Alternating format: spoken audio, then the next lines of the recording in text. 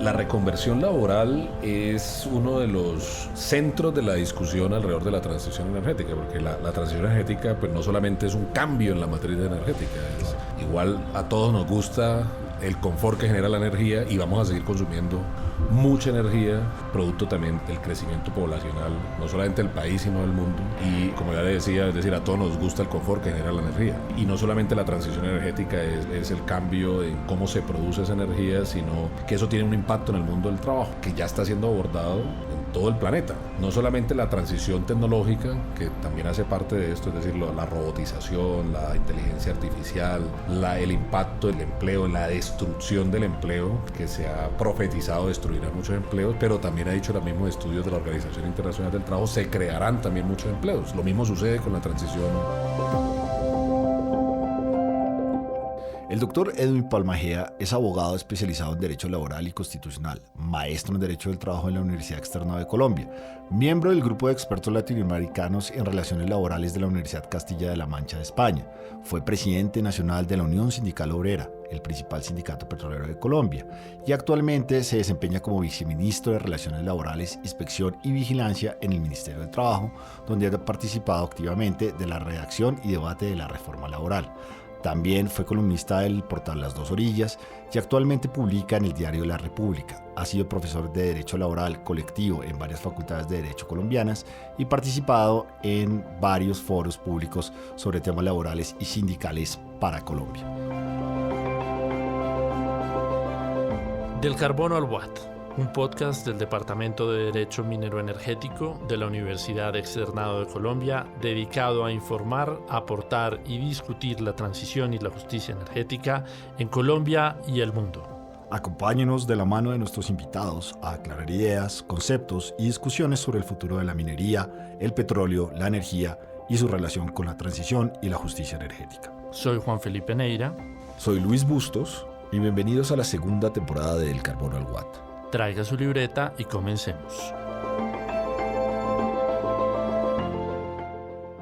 Bueno, la reconversión laboral es uno de los centros de la discusión alrededor de la transición energética, porque la transición energética pues no solamente es un cambio en la matriz energética, es igual a todos nos gusta el confort que genera la energía y vamos a seguir consumiendo mucha energía, producto también del crecimiento poblacional, no solamente del país sino del mundo. Y como ya le decía, es decir, a todos nos gusta el confort que genera la energía. Y no solamente la transición energética es el cambio en cómo se produce esa energía, sino que eso tiene un impacto en el mundo del trabajo, que ya está siendo abordado en todo el planeta. No solamente la transición tecnológica, que también hace parte de esto, es decir, la robotización, la inteligencia artificial, el impacto del empleo, en la destrucción del empleo, que se ha profetizado destruirá muchos empleos, pero también ha dicho los mismos estudios de la Organización Internacional del Trabajo, se crearán también muchos empleos. Lo mismo sucede con la transición.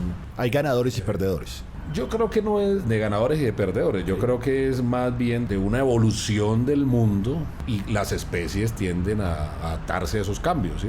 Entonces lo mismo pasa con la transición energética, pasamos de consumir petróleo a buscar otras fuentes y eso genera otros empleos, otras formas de ver el mundo, otras formas en las que las sociedades incluso ven la necesidad o no de consumir ciertas energías o no. Hoy un mundo globalizado nos permite tener esa visión holística entre los países o las mismas empresas transnacionales que están diciendo vamos a dejar de invertir en estas fuentes energéticas y nos vamos a meter en esta porque hacia allá va el mundo, y el capitalismo verde que llaman algunos también tienen esa adaptabilidad y esa, por decirlo así, virtud de anticiparse a estos grandes cambios, y eso tiene un impacto en el empleo. Sí.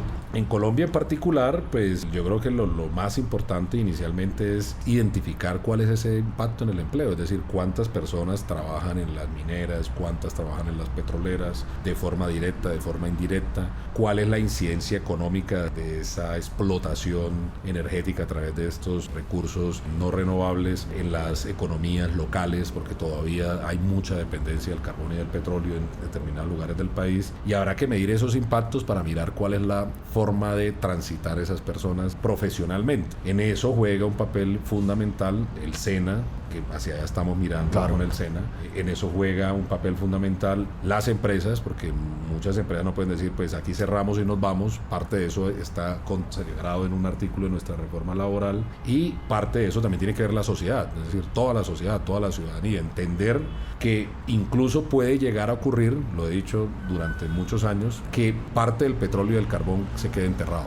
No porque, es decir, la era de piedra nos acabó porque acabó la piedra, y puede pasar lo mismo. Entonces, ¿qué va a pasar con el mundo del trabajo? Identificar, censar o incluso anticipar las profesiones que van a demandar el nuevo mundo energético. Háblenos un poco de ese artículo, porque pues, es muy interesante. El artículo de la reforma laboral que planteamos allí es precisamente esa como responsabilidad tripartita. Esa es una virtud que tiene el mundo del trabajo que siempre destaco, y es que las normas internacionales del trabajo tienden a construirse de forma tripartita. Así debería ser incluso la justicia en el trabajo, si alguno quisiera, porque solamente quienes viven en el mundo del trabajo pues saben cuáles son las complejidades y los problemas. En esa norma nosotros decimos un poco es, una empresa no puede cerrar su mina, no puede cerrar su pozo de petróleo sin anticipar ese cierre, sin prever sus impactos y obviamente sin dejar a los trabajadores totalmente desprotegidos. También hay un papel del Estado allí, obviamente no solamente interviniendo, también a través del aparato legislativo, del aparato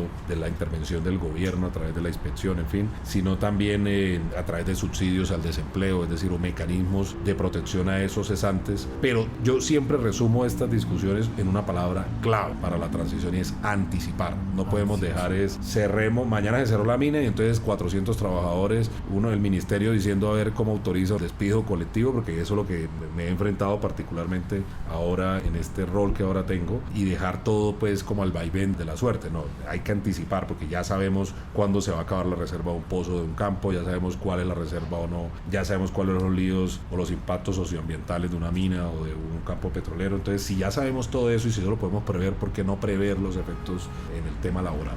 Es esa adaptabilidad y no dar como saltos al vacío, sino como esa previsión antes de que lleguen las vacas flacas. Exactamente. En esto soy un poco más viendo las realidades del mundo, incluyendo la realidad que nos trajo la guerra de Ucrania. Todos creíamos en muchas transiciones energéticas aceleradas, pero la guerra nos puso en otro escenario. En otro escenario. Entonces, en esto, más que las vacas, yo creo que vamos a seguir usando todavía petróleo, carbón, algunos años más, pero sabemos también, por temas de la catástrofe climática que está viviendo el mundo, que eso va a tener un fin. Entonces, ¿por qué no anticiparnos ya a ese fin? ¿Por qué no preparar a las empresas y a los trabajadores para ello? Y a las sociedades, en fin, para ello. Creo que muchas sociedades lo están haciendo. Nuestro gobierno lo está planteando incluso desde campaña. Incluso una gran agenda está puesta en los pilares del Plan Nacional de Desarrollo. Está incluso, insisto, un artículo, puede ser uno solo, pero con una fuerte visión hacia allá en la reforma laboral, pero también en la agenda del Ministerio de Minas y Energía, en la agenda del Ministerio de Medio Ambiente. Es decir, para nosotros como gobierno es fundamental este tema y todos tenemos que ir a apuntar allí, ¿no? Ya sabemos cuál es el diagnóstico. Yo creo que ahora nos toca es mirar cuáles son las acciones en concreto a adelantar.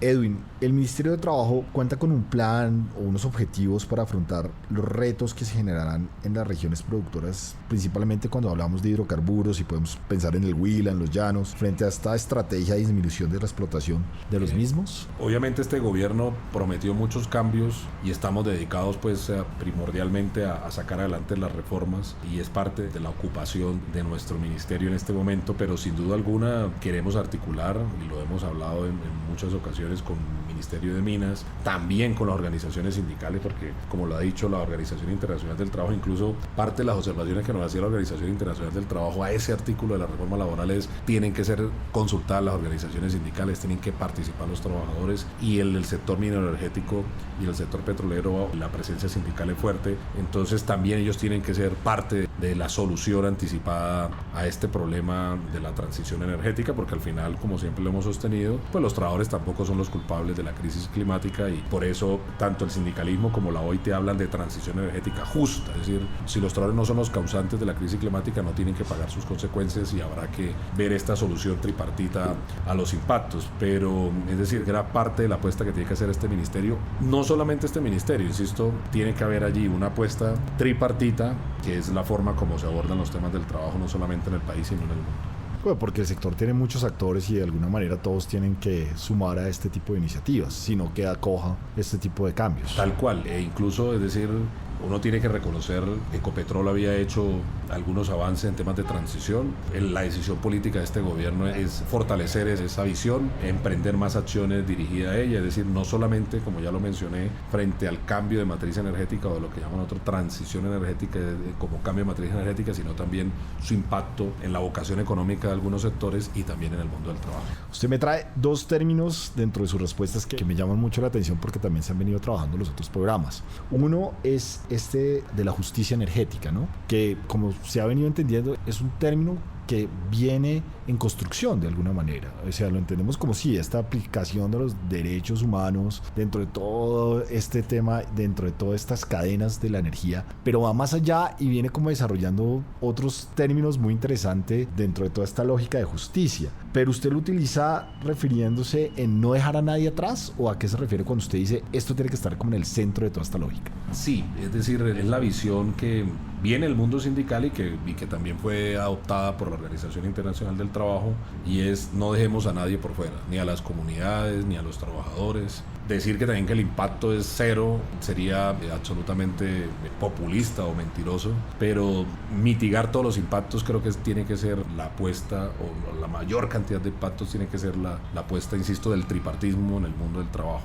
No solamente de las empresas, de los trabajadores y sus organizaciones, y también de los estados. Hay otro tema que hemos venido trabajando en el programa, que es la transición energética media, y es que no pensar hacia 2050, sino que realmente se necesitan hacer planes a más corto plazo, a 2030, en donde ya comencemos a dar de alguna manera algunos pasos para lograr ese gran objetivo de 2050, pero no quedarnos esperando, sino ir a esos cuellos de botella que nos están frenando en este momento. ¿Qué opina usted de esa transición energética media? ¿Sí hay que comenzar a movernos mucho más rápido y no comenzar a pensar en plazos tan largos? No, yo creo siempre que es importante para medir poner fechas. Esa es, yo creo que una gran virtud de la apuesta política que ha tenido este gobierno, y es poner fechas, es poner a hablar al país y también al mundo de la transición energética y ir poniendo fechas. Todo lo que se pueda anticipar, que creo que es el verbo clave de esta discusión, ya lo había mencionado, es totalmente bienvenido. Hay que ir mirando acciones concretas. Creo que, insisto, como ya lo había mencionado, conozco a Ecopetrol, lo hizo, anticipó, avanzó, y lo que ha hecho el presidente, pero no es suficiente, hay que hacer más, y siempre se podrá hacer más. Entendido. Teniendo en cuenta todo esto que nos explica, yo quiero preguntarle si por favor nos puede contar un poco de su reciente experiencia al participar como mediador desde el gobierno en la nueva Convención Colectiva del Trabajo con la Unión Sindical Obrera de Colombia. Y pues se lo debo preguntar después de usted haberse desempeñado como presidente de la USO durante varios años. ¿Qué nos puede traer de experiencia de estos dos mundos, desde el gobierno, desde el sindicato, en esta construcción y en esta lógica de transición, y obviamente dentro de todo lo que hemos hablado de la reconversión laboral? Ha sido una experiencia muy chévere, es decir, la disfruté muchísimo, porque tal y como lo reconocieron ambas partes, tener esta visión holística, tanto la visión de los trabajadores, de las comunidades, pero también ahora la visión de gobierno, permite construir puentes, construir salidas a los diferentes históricos. Obviamente hay unos reclamos históricos siempre de los trabajadores que son absolutamente legítimos, pero que también en su momento, y todavía es decir, siempre fui un poco autocrítico de algunos de estos reclamos, pero permitirnos ponernos sobre la mesa, sincerarnos y sobre todo entender el momento político que estamos viviendo, permitió, insisto, acercar y construir esta propuesta de convención colectiva de trabajo y de un sinnúmero de acuerdos alrededor de la convención colectiva de trabajo, como siempre ha sido la negociación en Ecopetrol. No solamente es el texto convencional que consagran unos derechos en favor de los trabajadores y de sus familias, sino también reclamos de orden político y social. Yo creo que una gran virtud de esta negociación que empezamos a construir estando entonces yo como dirigente sindical hace 4 años, hace 5 años en Ecopetrol, es también cómo sacar al abuso del mundo gremial, es decir, del mundo exclusivamente los derechos de los trabajadores, y llevarlo al campo también social. Para mí el presente y el futuro del sindicalismo, siempre defendí esa tesis en la USO y es la tesis que defiendo ahora en el gobierno. Tiene que ser, incluso el Papa Francisco se ha referido a ella en 2 o 3 oportunidades, tiene que ser también quien mira a una sociedad que reclama cambios, que reclama transformaciones, o una sociedad incluso de trabajadora que se excluye de la política por estar esclavizada al trabajo, porque no tiene acceso ni siquiera a la democracia, y hacia allá tiene que mirar el sindicalismo. Entonces, esa visión poco sociopolítica, y también entendiendo el momento histórico, porque el país está viviendo un momento histórico, es decir, después de más de 2 siglos de vida republicana, tener un gobierno democrático, progresista, que además está siendo obviamente amenazado por muchas fuerzas, también implica una visión del sindicalismo distinto a cómo tradicionalmente se ha hecho sindicalismo en el país.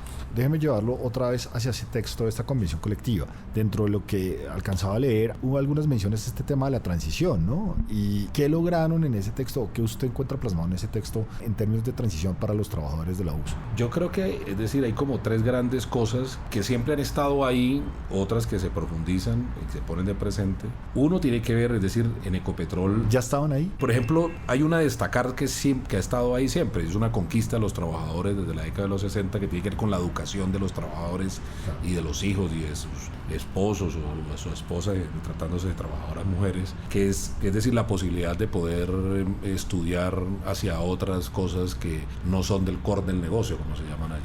Es decir, es pensar también que hay un mundo más allá de la industria energética y la industria petrolera, y eso creo que, y también fui crítico en su momento, mucho de esa educación que se da en el país y da por fuera del país nunca retornó en beneficio social ni para la organización sindical que creó ese derecho, ni para la misma sociedad que reclama, insisto, transformaciones, que ha reclamado históricamente transformaciones, pero esa es una clave. Lo segundo es entender, es decir, el impacto, mapear el impacto que puede ocasionar cierre de un pozo o de un campo petrolero. Lo vivimos en la pandemia con Yondó, lo vivimos en la pandemia con Casabe, lo hemos visto producto de la guerra en el Catatumbo, por ejemplo, o en el Putumayo.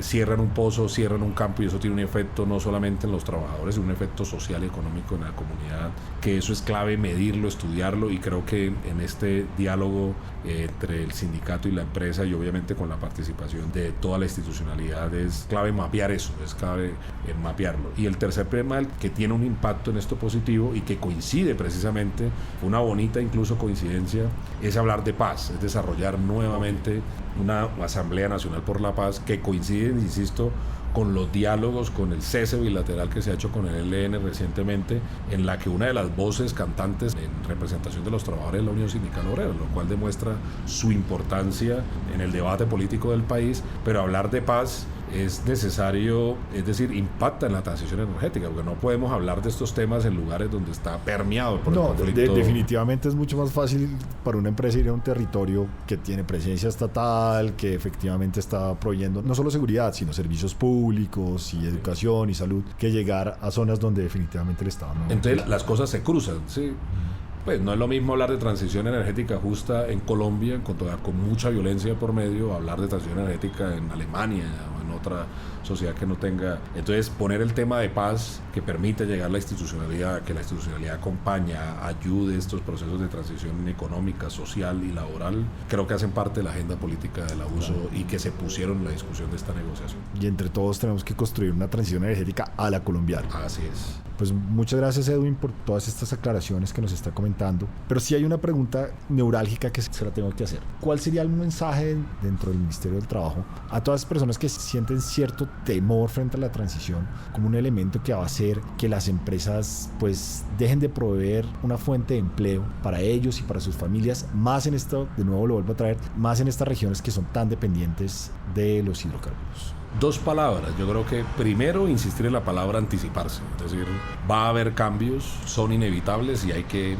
anticiparnos todos a ellos. La institucionalidad, el gobierno, las empresas y los trabajadores, insisto, siempre ojalá buscando una salida tripartita de esta anticipación de los cambios en el mundo del trabajo. Y la otra, tranquilidad. Es decir, yo creo que la palabra transición, que es la que ha imperado en esta conversación y que está puesta desde la campaña incluso, y hoy con más fuerza desde el gobierno, desde la política pública, es la palabra transición nos ayuda. Es decir, la transición implica no una apagada intempestiva de la industria, es decir, es la transición, y la transición demanda tiempos. Entonces, lo que hemos dicho como Ministerio del Trabajo es acompañamos esos procesos sobre la clave de anticipar. Le hemos dicho a la empresa aquí, no llegue diciendo mañana voy a cerrar la mina, el campo, la operación. y la operación y me voy, porque eso es lo que hemos encontrado históricamente en el sector energético. Lo acabamos de encontrar, por ejemplo, en el sector aeronáutico, que no tiene nada que ver con esto, pero Viva Air, Ultra, llegaron al otro día, nos fuimos y chao, y aquí están, ¿no?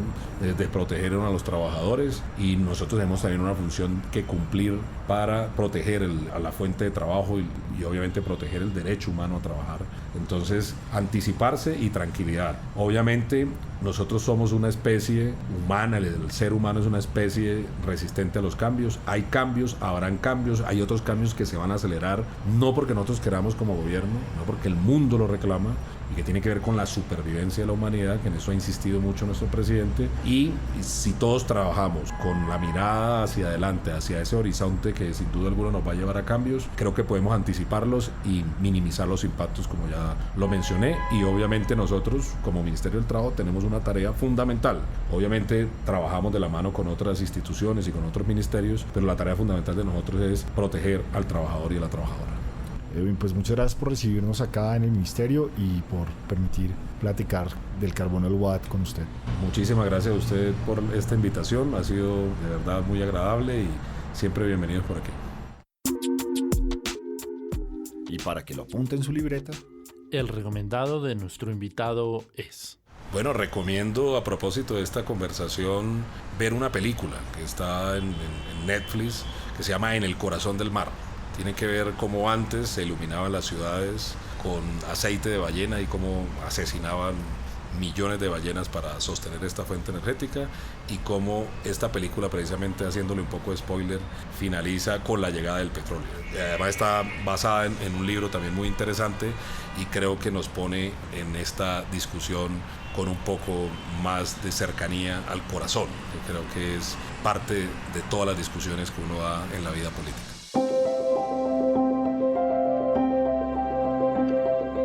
Aquí termina Del Carbono al Watt. Síguenos en Spreaker, Spotify y Apple Podcast. También disponible en las redes del Departamento de Derecho Minero Energético de la Universidad Externado de Colombia. Del Carbono al Watt es un podcast original del Departamento de Derecho Minero Energético de la Universidad Externado de Colombia. Producción general, Luis Bustos y Juan Felipe Neira. Productor técnico, Ancísar Aponte y la Facultad de Comunicación Social de la Universidad Externado de Colombia. Musicalización, Pixabay. Gracias por seguirnos.